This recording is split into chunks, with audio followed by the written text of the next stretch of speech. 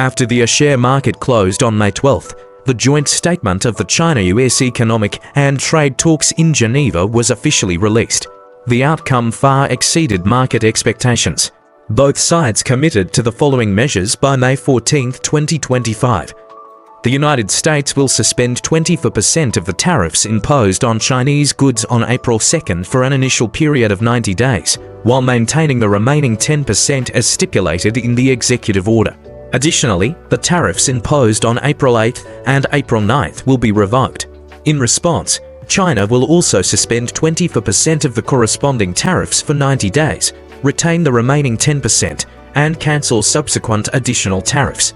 Many might find the statement confusing, unsure of the net reduction in tariffs. To simplify, as illustrated in the chart above, the US has cancelled 91% of its retaliatory tariffs, partially maintained 34% of the tariffs, with 10% remaining and 24% suspended for 90 days. Correspondingly, China has also lifted 91% of its counter tariffs and paused a portion of the 34% retaliatory tariffs in kind. Currently, the actual US tariff rate on Chinese goods stands at a level below 30% after considering the 10% baseline reciprocal tariff, a 20% tariff related to fentanyl, and the exemptions on certain Chinese goods announced in mid-April. However, it's crucial to remember these are still additional levies. For the market, this outcome was a pleasant surprise. Both the swiftness of the agreement and the extent of tariff reduction exceeded expectations, indicating that both sides made concessions. From the US perspective, Trump aimed to apply extreme pressure through a trade blitzkrieg. However, unforeseen challenges emerged. It wasn't just China's reciprocal retaliation that disrupted his plans. Japan, South Korea, and Europe also refused to yield under pressure. This forced the US into a protracted trade conflict globally, a scenario Trump was eager to avoid due to domestic inflation concerns, pressure from major donors affected by tax hikes, and market anxieties stemming from US Treasury bond sell-offs and economic slowdown. China, too, faced mounting pressure from the trade frictions, evident in the less than ideal economic indicators in April, such as the Purchasing Managers' Index PMI and inflation data, prompting a desire to de-escalate tensions. With the release of the joint statement, tariffs between China and the US have essentially reverted to levels prior to April 2nd, accompanied by a 90-day buffer period, laying the groundwork for future negotiations. While the statement offers an unexpectedly positive short-term solution, its most significant value lies in halting the further escalation of the tariff war and boosting global market sentiment. The mutual step back from the brink marks a promising start, yet excessive optimism is unwarranted. This isn't the first time China and the US have reached an agreement. In May 2018, both sides announced significant progress, only for Trump to renege on the deal 2 months later, imposing a 25% tariff on $34 billion worth of Chinese goods. In 2021, Biden advocated for decoupling, and the tariff rate surged to 32% the following year. Fundamental structural disputes between China and the US persist, especially in high-tech energy and financial sectors, ensuring long-term competition. If the US economic data stabilizes, the stock market rebounds, and Trump's approval rating rises. Given his unpredictable nature, it's uncertain whether this détente will last beyond the 90-day period. Thus, the joint statement merely represents a temporary truce, far from a mid-game break or the end of the trade saga. What lies ahead for China and the US? As the instigator of this trade war, the US is likely to focus on negotiations with other trading partners, including Japan, South Korea, and India. In the short term, the Trump team may aim to 1. Leverage the outcomes of China-US trade talks as bargaining chips in negotiations with other countries to secure more favorable terms. A successful deal with others could embolden the US to adopt a tougher stance against China. 2. Seek to form a trade alliance with its allies to collectively target China. 3. Avoid overly aggressive tariffs on China while relegating China to the lowest tier of the hierarchical tariff system. 4. Establish tariffs in a way that minimizes short-term pain, facilitating long-term strategic decoupling or down risk efforts from China. The future trajectory hinges on bilateral negotiations and interactions between China, the US, and third-party countries or trade blocs. In the medium to long term, while China and the US will maintain trade ties and avoid complete decoupling, both sides will strive to reduce mutual dependence. Though risk is a two-way process. The US aims to rely less on China, and China seeks to do the same. The only true common interest between the two lies in ensuring a smooth, controlled process to mitigate short-term economic volatility and recession risks. Moreover, multinational corporations, witnessing the risks posed by the new geopolitical landscape to supply chains during this trade conflict, will likely optimize their supply chains. They may not fully withdraw from China, but will strategically shift operations to third countries over the long term, gradually reducing their reliance on the Chinese market, a structural trend set to unfold in the coming years. Multinational corporations are more inclined to restructure their supply chains outside the United States rather than relocate manufacturing back to the US. Trump administration's plans to bring manufacturing back to the US and create manufacturing jobs will likely remain elusive. In the context of containing China, this round of trade frictions will help American politicians, businesses, and the financial sector align their strategies.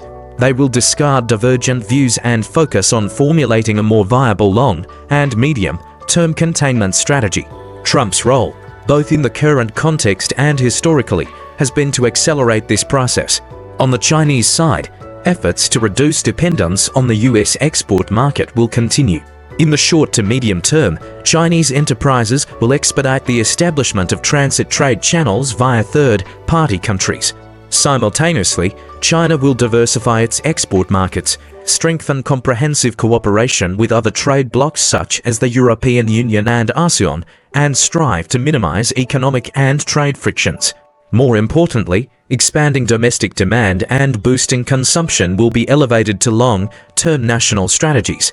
By relying on domestic demand, China aims to absorb local production capacity, support domestic industries, and drive economic transformation towards a consumption-driven model, with a particular focus on service-based consumption. Another piece of news to note is China's inflation data for April. The Producer Price Index (PPI) dropped to 0.7% year-on-year, marking 31 consecutive months of negative growth. The Consumer Price Index (CPI) fell 0.1% year-on-year, fluctuating around 0% for 25 consecutive months. As depicted in the chart, the continuous negative growth of CPI and the widening decline of PPI indicate persistent deflationary risks in the domestic economy. Moreover, both households and enterprises remain hesitant to invest and consume. The consumption data during the 2025 May Day holiday illustrates this trend. During the 5-day holiday, China recorded 314 million domestic tourist trips, a 6.4% year-on-year increase. However, the average daily spending per tourist was only 114.8 yuan, a marginal rise from 113.35 yuan the previous year.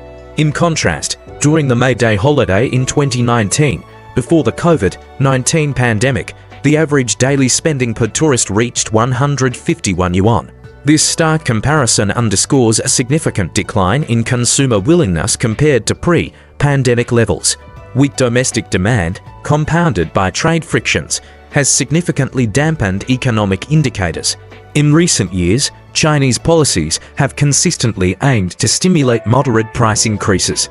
Persistent low prices have a cascading effect, impacting corporate revenues and profits, employment and income levels, local tax revenues, and fiscal capabilities. This disparity between macroeconomic data and micro-level experiences erodes consumer confidence and expectations. Since the beginning of the year, prices of basic necessities have been rising, including natural gas, tap water, and the abolition of time-of-use electricity pricing. These adjustments in energy prices, a fundamental component of the price system, are partly intended to boost inflation. Two key factors influence inflation: the real estate market and export trade. The latter has seen some relief following the joint statement. Prior to its release, with the US imposing an additional 145% tariff on Chinese goods, China's export prospects to the US were severely constrained. In response, Chinese exporters rushed to reroute exports through third-party countries within a 90-day window. Under such circumstances, China's exports were projected to contract by 5% year-on-year in the second quarter. With the new tariff rate set at 30%, although exports will still face headwinds, the decline will be significantly less severe, and positive growth in the second quarter remains achievable. Regarding the real estate market, many institutional reports previously cited the China-US tariff war as a major factor contributing to the market's downturn in April. However, the root cause of the current slump lies not in trade frictions, but in the waning effectiveness of previous stimulus policies. A series of robust measures were rolled out after the Politburo meeting on September 26 last year, which aimed to stabilize the real estate market. A key measure was the central bank's decision to reduce the down payment ratio for second home purchases to 15%. These policies initially helped arrest the market decline, but their impact was short-lived. For most Chinese cities, the policy stimulus faded within 2 to 3 months, and the market cooled down again by the end of last year. Only major cities like Shanghai, Beijing, Shenzhen, and Hangzhou experienced a more prolonged effect, giving rise to a brief mini-boom. In other words, the relatively positive real estate data in the first quarter of this year was largely buoyed by the transaction volumes in these key cities. Since April, even these leading cities have witnessed a sharp slowdown, let alone other regions. Currently, the real estate market in most areas remains sluggish. Local governments have exhausted their policy toolkit, yet the market shows no signs of recovery. Without more impactful policies at the national level, the downward trend in the real estate market is likely to intensify.